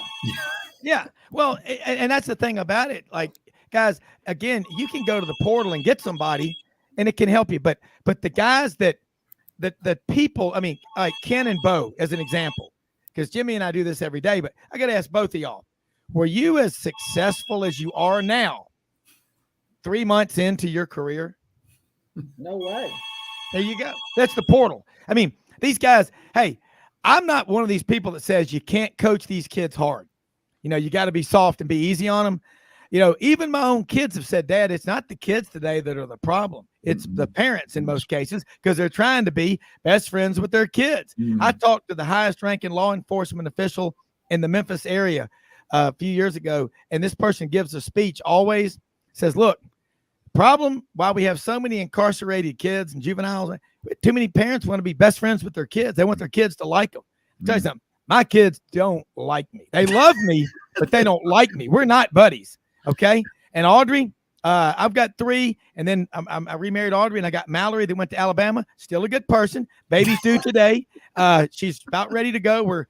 We got our deployment bags ready to go. But that's, Jimbo jumps on those kids and they quit. Man, they're doing him a favor by leaving. But I pity the fool. Who was that Ali that was saying, I pity the fool that signs those guys. Mr. T. Mr. T. I'm sorry. In the annals of great TV history, guys, my apologies. I pity the fool. I'm sorry. But somebody's going to sign those guys, and the first time they jump on them and get onto them, they're going to wilt like a damn flower. Mm-hmm. Well, I think a big problem, and most of their problems would have been solved if they would have had any ability to evaluate the quarterback situation. Mm-hmm. I mean, if you can't score points in this day and age of college football, you're just going to have a tough time winning. And I think on the defensive side of the ball, there were a lot of games in which they played well, but you get to a frustration level when you realize your offense can't score, and then you add the injury situation, especially in regard to Max Johnson, because I felt they could have won a lot of games with him because he didn't get you beat, wasn't the greatest a player in the world, but he won some games in very difficult situations. Heck, his first start 2 years ago as a freshman was at Florida at the Swamp. With 50 scholarship players, they go to Gainesville and win. And that was the same Florida team that took Alabama to the wire in that 52-46 SEC championship game 2 years ago. And it was Max Johnson who made that great throw to beat A&M last year when he was with LSU. Right. So if he would have been the starter from day one, I think you would have been looking at a completely different season. Well, and now Haynes King is in the portal too. Yeah, well, he should be, because he's got to go to somewhere that goes with a run-heavy spread option attack, because you could tell in spring practice, his mechanics just weren't there to be able to throw the ball effectively at this level. And I'm just stunned that Jimbo was not able to evaluate that quarterback situation with as much experience as he's had. He's won a national championship, and yet wasn't able to see or determine who their best quarterback was. I mean, it's stunning to me. Mm-hmm. And you have to be careful, too. Haynes King dad is the head coach at Longview High with James Street, the Phillips brothers. That's been a factory down there for years. You don't want to aggravate them for recruiting another. Alienate the Longview Lobos there, I guess. That's right. Well, you know who else is from Longview? A guy that still I have nightmares about. And it's a running back for Arkansas in 2002 that ran for 1,000 yards against Auburn, Fred Talley. God. We had Houston Nutt on the show Wednesday, and he was laughing. He's still laughing about that. Said, someone texted me, Fred Talley just ran by my house. He was running about a 4.54. But you're right about that. And Bill Hancock is going to be on with us here in just a few minutes. And they're, he is going to be on to talk with us about the college football playoff. And I've already got the text from cousin Eddie is wanting to figure out where's Alabama. So he's wanting to meet him across the street at Metzger's Field. Remember, I'll leave it to Beaver. But, look, man, the thing about it, Haynes King, Jimmy was right about his mechanics, talking about that. I think his dad is a pretty big deal with the Texas high school football deal. But God, I mean, who like nowadays, if you raise your voice at some of these kids, they just wilt like wallflowers. Didn't you figure that out in recruiting? I mean, look, I was brought up with coaches and teachers I went to Catholic education, man, at Christian Brothers High School. My homeroom teacher, Russell Reed, is the last 16 letterman in Ole Miss history, class of 47. Russell Reed reminded me of R. Lee Ermey, Sergeant Hartman in Full Metal Jacket. I got your name. I got your number. Man, if you missed homework or you did not raise your hand to ask a question, he was going to get you squared away on his terms. And that's the way it was. And God help you if you ever looked and had answers on a test, because he had eyes in the back of his head and the side of his head. Okay. He was an amazing man. Another amazing man who's on with us right now, the pride of we have not only one, not two, but three people on the show. It's the first time ever from the Metroplex. the man behind all this excitement in college football, the brains behind it, him and his great team, Mr. Bill Hancock. And Mr. Bill Hancock, I want to tell you how much we appreciate you taking time to join us on Sidelines. We've got Ken Capps, we've got Bo Carter, Jimmy Hodge, me, Jonathan Winters, and Bill Hancock down here in the square. But we got one guy that couldn't get through because he climbed up on that telephone pole like Green Acres, and Mr. Haney couldn't get the connection. But Cousin Eddie from Slapout, Alabama wants to know, and I read directly, I want to know why Alabama is not in that top 4. I want to know from Mr. Bill Hancock, but he called you John Hancock. But anyway, welcome to Sidelines. I had a guy who called everybody a nickname, and my nickname was Signature. That's great. I love it. Listen, what I want to know is Ken causing any trouble this morning? No, not at all.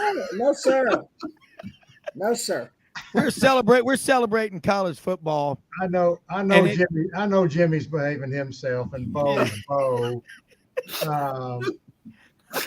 Hey, Bill, I got to say this. If you're ever around Texas high school football coaches, it doesn't matter who you are, who they're talking to, you are addressed as coach. That's exactly right. Isn't that the truth? Yeah. I'll tell you, I don't know about you guys. I cannot wait for the state championship games. I believe it's next weekend, right? It is. Yep. And 3 per day for 4 days. I believe that's right, Bo. That's right. That's correct. At Jerry World. I just can't wait. I hope they're going to be on TV again. I keep them on all day here at the office. It's awesome. Well, yeah, we love it. And you know, I was watching a shot during one of the games last week. It showed your playoff committee there in Dallas. Talk about, and we're going to go to a break in a minute and come back, but the excitement and just also the anxiety. What's that like behind the scenes? Well, these are football experts, and they love the game, and they love to analyze the game. And I try to make sure they don't get overwhelmed by, you know, the importance of their decision, that they just realize, just like every decision that all of us make every day in our lives, that's another one for them. And it is important, obviously. But hey, let's celebrate each other, and let's have open dialogue, and let's don't get all caught up in what we're doing here. And that's what the committee does. Kind of diligently works through it all. It's a great group, and obviously we watch games all day on Saturday together, and it's awesome. Well, we're going to go to the break. When I get back, just curious how many hours that you're in there. What y'all eat in there? Tex-Mex, brisket, ribs. Maybe we can send some. I'm gonna get MJ from the Cherry Farm to send y'all some food for that next meeting, but it just may have an Alabama pennant on it. But anyway, I digress. We'll be right back with more after this quick break.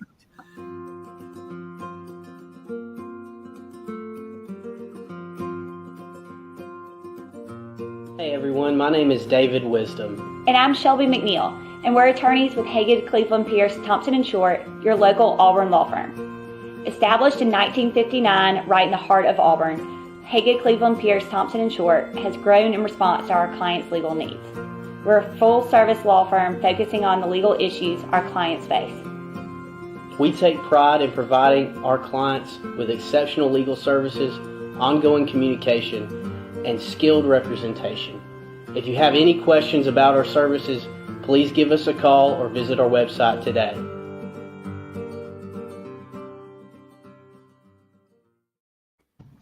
All right, they are the law in Auburn since 1959. Great folks. Phil Thompson, one of the partners I've known for 40 years. Got to know him really well at 5:30 every morning for PT before we ate frat cakes. But anyway, check it out tonight. After hours, Hewlett and Dunn Boot and Clothing Company on the historic square in Collierville, Tennessee. The Duckhead Trunk Show after hours. Charles Hall, Raven, Big Sam, everybody will be there. They've got more Duckheads than anywhere in the free world, in my opinion, out at Hewlett and Dunn. Big deal, though. Everybody watches those meetings, Mr. Bill Hancock, chairman of the College Football Playoff Committee, and I've watched you. We all have for a long time presenting the national championship trophy. Thank you for what you do of getting all these people together.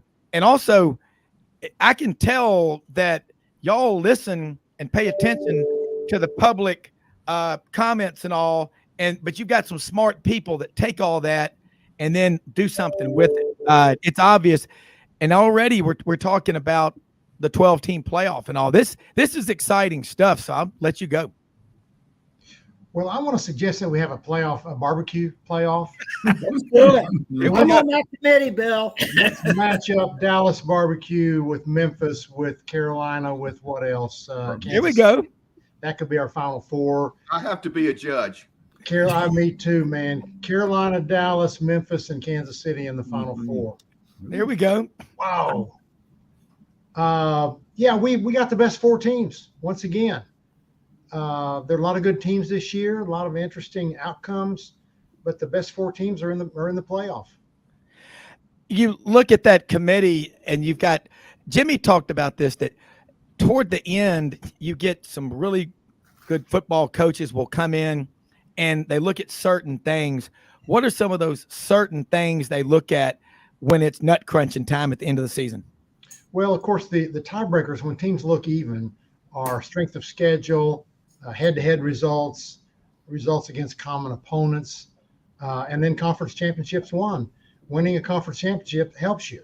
But none of those are the end-all, be-all. None of those are the only thing. All of them have to be mixed in together. The committee members watch games all season.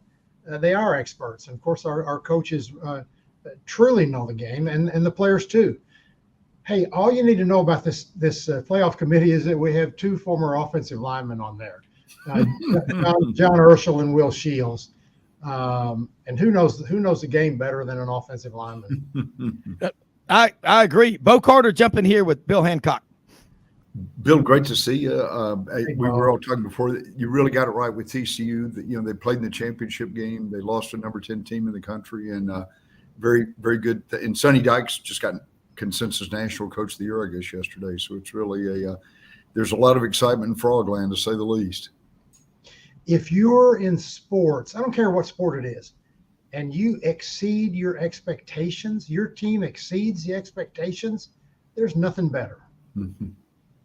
Yeah, Bill, I would think that going into that Big 12 championship game, that the fact that TCU, I believe, had 5 victories over ranked opponents and being undefeated coming in,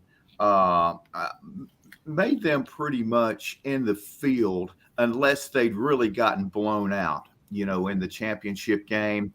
And because I think that's maybe twice as many victories as anybody else in consideration over ranked teams of anybody that was in consideration, in the field.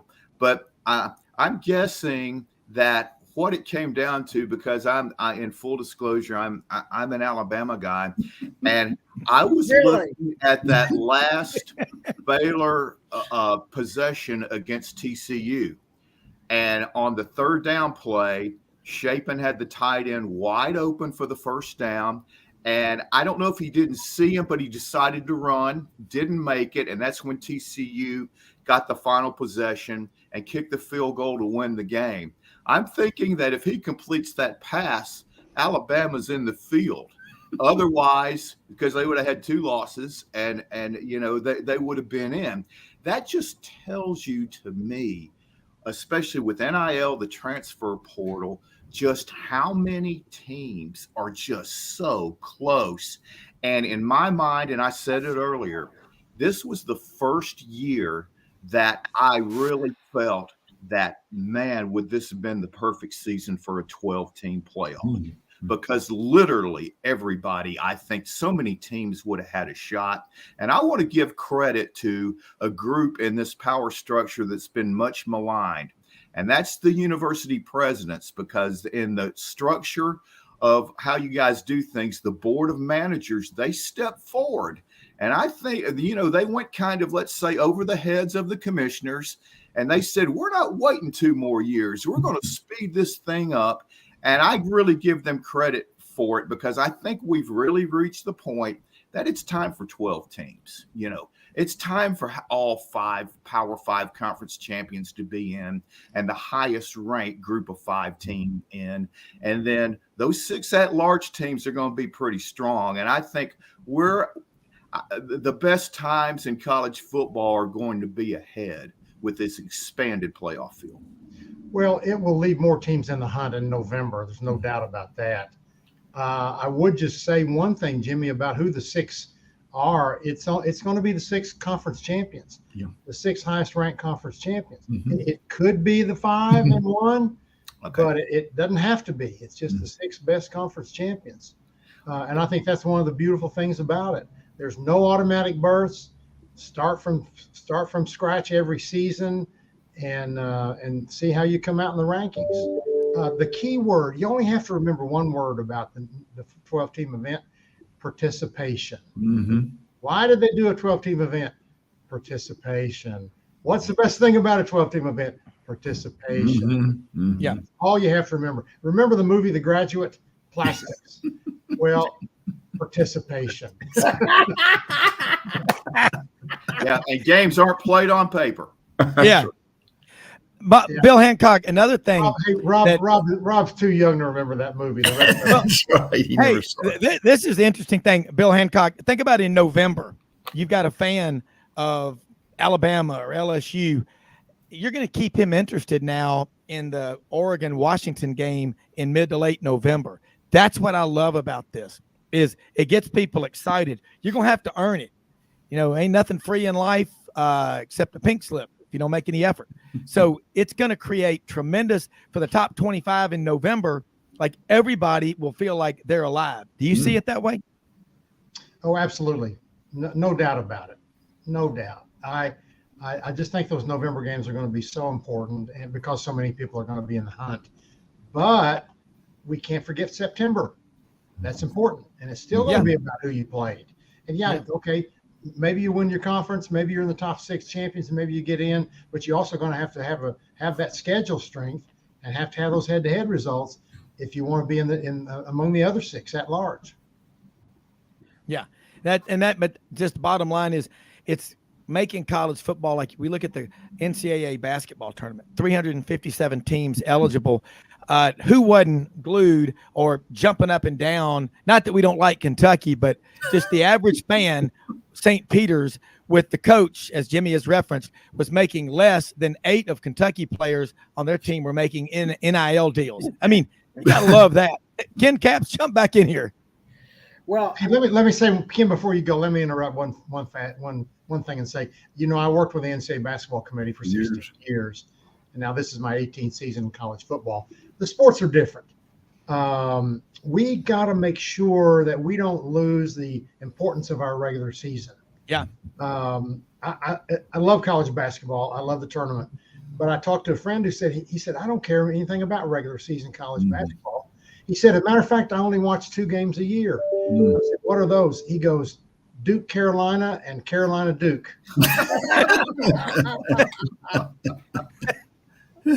Well, I'll say this.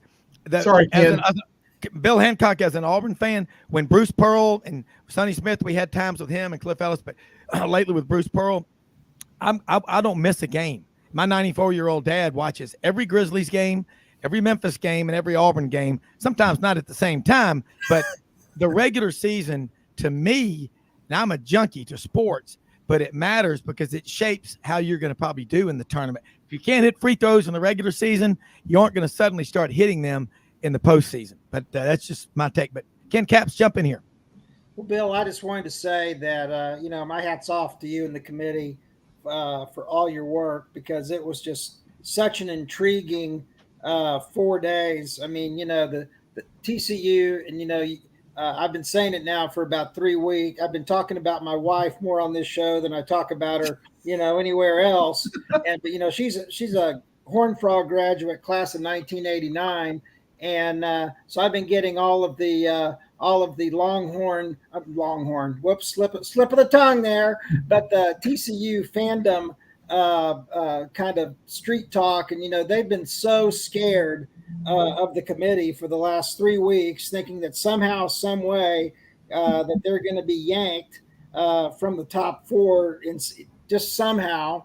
And I thought the committee did a really good job of keeping them. I thought they might drop to 4, but staying at 3, I thought was really amazing for them. And what an incredible game the Big 12 championship game was.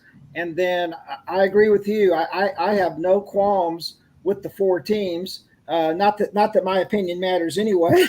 I just thought that your committee's work was fantastic.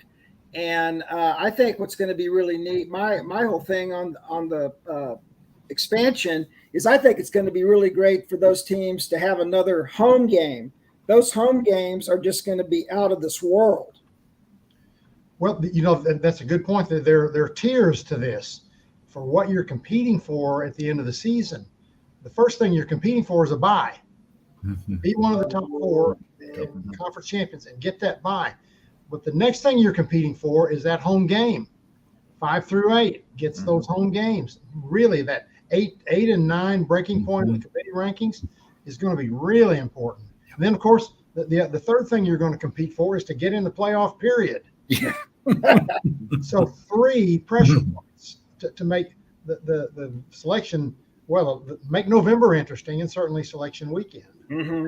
Hey, Bill, what I wanted to ask you was, over the years, you've heard it nonstop about coaches very concerned about the future of the bowl games, because in the last 7 or 8 years, you've had so many bowl games in which key players on the participating teams have opted out. And I kind of thought that outside of the 4 byes for 1 through 4 in the 12-team playoffs, that for those 4 playoff quarterfinal games, so to speak, that the 7 most tradition-rich bowl games would be involved there, because that would certainly prevent the 12-team playoff from having those bowls having teams with players that are opting out. And I thought that would kind of just be a natural, progression, and to reward those cities and locations that have had such great bowls for 60 years or so. And because under the current setup, as we know, nobody's going to have players opting out for the semifinals of the championship. But for those other games that really don't have until 2 years from now, will have a place in the national the determination of the national champion. I just thought that would be a natural reward, for those different groups and how much they have meant to college football to be rewarded with, quarterfinal games. So what was the mindset there? Because it appears it is going to be those quarterfinal games will all be on college campuses. Actually, they're not. The quarterfinal games are going to be in bowl games. Oh, they will be. Oh, first round on campus and quarterfinals in bowl games. This reminds me of another story I'll tell you real fast. When I was doing the tournament, a reporter got on our post rankings news conference and said, why is Iowa State not in the tournament? And the chairman looked at his bracket and he said, well, Iowa State is in the tournament. And the reporter said, oh, well, why is Iowa State in the tournament?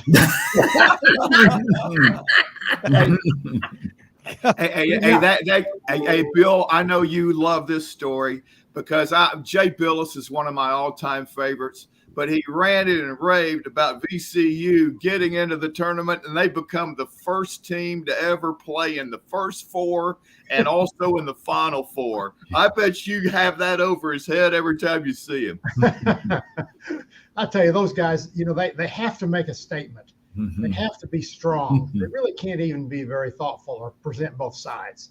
Their directors and producers want them to go out and say, why is VCU in the tournament? And when in their heads, they're probably thinking, boy, this is a close call. I get it. Tough one for the committee, blah, blah, blah. But that's what the producers want, is for them to go out on the limb. And when you go out on the limb, they saw it off sometimes. Yeah. Bill Hancock, when you look at the interest in college football from where we were a couple of years ago, and people were saying, oh, fans will find other things to do. They were just saying that to make themselves feel better. The interest in college football gets stronger every day. The product on the field is the best it's ever been in terms of excitement, offense, scoring, and all that kind of stuff. Doesn't that make you proud that you didn't quit? You didn't have a pity party during the virus when a lot of states were trying to lock people down and shut their brains down simultaneously. We fought through it, and look where we are today in college football, and now we're going to a 12-team playoff. That's a testament to the resilience of the committee that you chair, the people on that committee, and just the entire group, but to American people for showing up and saying, no way, hell no, college football will continue. Thank you for doing what you do. Well, thank you. And I have very little to do with it. It's really about the players and the coaches and the fans. The passion for college football is incredible. Don't you just love watching those games on television, and when they show the crowds? My goodness, people love their college football, and all of us who work in it know that but for all those fans, we wouldn't have anything to do. So, but it is an honor to be involved in it. It certainly is. Listen, and I'm going to say thank you so much. We've run out of time. Go out and help people with the expectation of getting nothing in return. We most often see the face of Christ in the least among us, and we live in the greatest country in the history of the world. Bill Hancock, Ken Capps, Bo Carter, Jimmy Hodge, Frank Duffy, Harold Graeter, all of our guests today. Thank you. Support college football and the committee. Tell all those people thank you. Cousin Eddie wants to get sideways about where was Alabama, but they got that standard, but we'll see him at the Christmas party. Until then, we're out of here. Have a great weekend, everybody. Guys.